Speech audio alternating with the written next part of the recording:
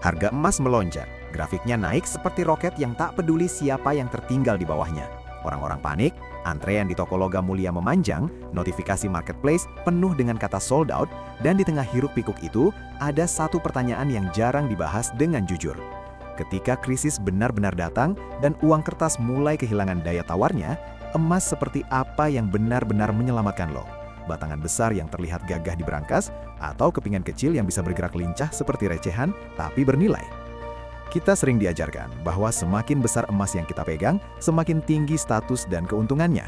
Tapi sejarah berkali-kali membuktikan sesuatu yang berbeda, sesuatu yang lebih sederhana dan justru lebih realistis, bahwa dalam masa sulit, fleksibilitas seringkali lebih penting daripada gengsi. Dan disitulah strategi emas kecil, pecahan 0,5 gram, justru bisa lebih berharga daripada batangan besar yang terlihat meyakinkan tapi sulit dicairkan saat dunia sedang tidak ramah. Gue tahu, secara logika awal, orang akan bilang semakin besar emas, semakin murah biaya cetaknya. Spread lebih kecil, untungnya lebih optimal. Dan itu tidak salah dalam kondisi normal. Ketika sistem perbankan stabil, toko buka seperti biasa, dan kepercayaan publik terhadap mata uang masih kuat. Tapi krisis bukan kondisi normal. Krisis adalah situasi ketika orang tidak lagi berpikir tentang efisiensi, melainkan tentang bertahan hidup. Di masa seperti itu, likuiditas menjadi raja. Bukan sekedar punya aset, tapi bisa memecahnya, menukarnya, dan menggunakannya sesuai kebutuhan tanpa harus kehilangan terlalu banyak nilai dalam satu transaksi besar. Coba kita tarik ke analogi sederhana. Lo punya satu lembar uang besar, katakanlah nominal tertinggi yang ada di dompet lo. Lalu lo mau beli sesuatu yang nilainya kecil, sementara penjual tidak punya kembalian. Lembar besar itu tiba-tiba tidak berguna, bukan karena tidak bernilai, tapi karena tidak fleksibel. Sekarang bayangkan itu dalam versi emas. Batangan besar 5 gram atau 10 gram memang terlihat solid, tapi ketika kebutuhan lo hanya setara dengan 1 gram, atau bahkan setengah gram, lo terpaksa menjual semuanya. Dan disitulah resiko spread, potongan harga, bahkan tekanan psikologis muncul. Sementara pecahan 0,5 gram memberi lo ruang untuk bernafas, memberi lo pilihan, memberi lo kontrol.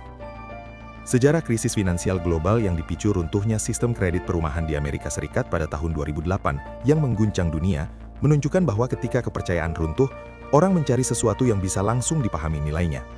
Negara seperti Argentina saat mengalami hiperinflasi, atau Yunani ketika sistem perbankan membatasi penarikan tunai, memperlihatkan satu pola yang sama. Aset yang mudah ditransaksikan dalam unit kecil menjadi lebih praktis dibanding aset besar yang sulit dipecah. Emas memang diakui sebagai safe haven, tapi tidak semua bentuk emas punya fungsi yang sama dalam tekanan ekstrim. Di Indonesia sendiri, kita punya pengalaman krisis moneter akhir dekade 90-an. Nilai rupiah terjun bebas, harga kebutuhan melonjak, dan masyarakat yang punya aset real lebih siap dibanding mereka yang hanya bergantung pada tabungan nominal. Tapi lagi-lagi, yang bertahan bukan cuma mereka yang punya emas banyak, melainkan mereka yang bisa mengelola dan mencairkannya sesuai kebutuhan tanpa harus mengorbankan seluruh cadangan dalam satu waktu. Strategi emas kecil bukan soal romantisme koleksi, ini soal manajemen risiko. Lo mungkin berpikir, selisih harga cetak pecahan kecil lebih mahal. Betul. Tapi biaya itu bisa dianggap sebagai premi asuransi fleksibilitas. Dalam teori manajemen portofolio, diversifikasi bukan hanya soal jenis aset, tapi juga ukuran unitnya. Sama seperti lo tidak menaruh seluruh uang lo dalam satu saham, lo juga sebaiknya tidak menaruh seluruh emas lo dalam satu ukuran besar saja. Pecahan kecil memberi lo kemampuan untuk melakukan penjualan bertahap, mengatur arus kas pribadi, bahkan melakukan barter informal jika sistem formal sedang terganggu. Ada satu aspek psikologis yang jarang dibahas. Saat krisis, ketenangan adalah aset. Orang yang terpaksa menjual satu batangan besar untuk kebutuhan kecil akan merasakan tekanan mental yang jauh lebih berat dibanding orang yang cukup melepas satu keping kecil. Tekanan itu bisa memicu keputusan emosional, dan keputusan emosional dalam keuangan hampir selalu mahal. Dengan unit kecil, lo menjaga bukan cuma nilai aset, tapi juga kestabilan pikiran lo sendiri. Kita juga perlu realistis. Tidak semua krisis berbentuk kiamat total. Banyak krisis datang dalam bentuk pembatasan likuiditas, inflasi bertahap, atau gangguan distribusi. Dalam kondisi seperti itu, transaksi kecil lebih sering terjadi dibanding transaksi besar. Lo tidak sedang membeli rumah, lo sedang membeli bahan pokok, membayar layanan dasar, atau menjaga usaha kecil tetap hidup. Emas kecil menjadi jembatan antara nilai besar dan kebutuhan harian. Gue tidak sedang bilang batangan besar itu salah. Tidak, batangan besar tetap relevan untuk penyimpanan nilai jangka panjang dan efisiensi harga. Tapi menempatkan semuanya di ukuran besar tanpa mempertimbangkan skenario krisis adalah bentuk kepercayaan berlebihan pada stabilitas sistem. Padahal sejarah ekonomi dunia, dari depresi besar di Amerika hingga krisis Asia, menunjukkan satu hal yang konsisten. Stabilitas itu siklus, bukan permanen. Kalau kita bicara soal strategi, maka kita bicara soal skenario.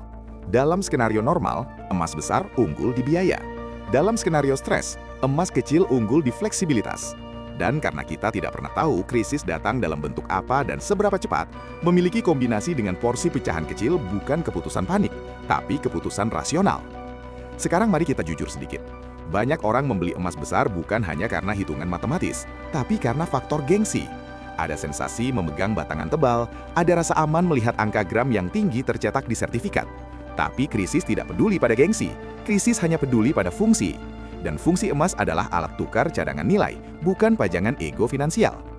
Kalau lo benar-benar memposisikan emas sebagai alat perlindungan, maka lo harus memikirkan skenario terburuk, tanpa harus menjadi paranoid. Pecahan 0,5 gram memang kecil, tapi justru disitulah kekuatannya. Ia seperti air yang bisa mengisi celah-celah kecil, bergerak tanpa menarik terlalu banyak perhatian, dan tetap punya nilai yang diakui luas. Ada juga faktor distribusi resiko penyimpanan. Menyimpan satu batangan besar berarti konsentrasi resiko. Jika hilang atau rusak, kerugiannya langsung besar. Dengan unit kecil, resiko tersebar. Ini prinsip sederhana yang sama dengan tidak menaruh semua telur dalam satu keranjang. Kedengarannya klise, tapi klise seringkali bertahan karena terbukti benar. Dalam konteks ekonomi global yang semakin tidak pasti, dengan tensi geopolitik, fluktuasi suku bunga dan potensi perlambatan pertumbuhan, emas kembali dilirik bukan sekedar komoditas, tapi sebagai penyeimbang. Dan ketika orang mulai masuk pasar karena takut tertinggal, justru saat itulah kita harus berpikir lebih tenang, lebih strategis, tidak sekedar ikut arus besar, tapi menyusun taktik bertahan. Strategi emas kecil adalah strategi realistis. Ia tidak menjanjikan keuntungan spektakuler dalam semalam. Ia tidak membuat lo terlihat seperti investor besar, tapi ia memberi lo opsi. Dan dalam krisis, opsi adalah kemewahan yang sangat mahal.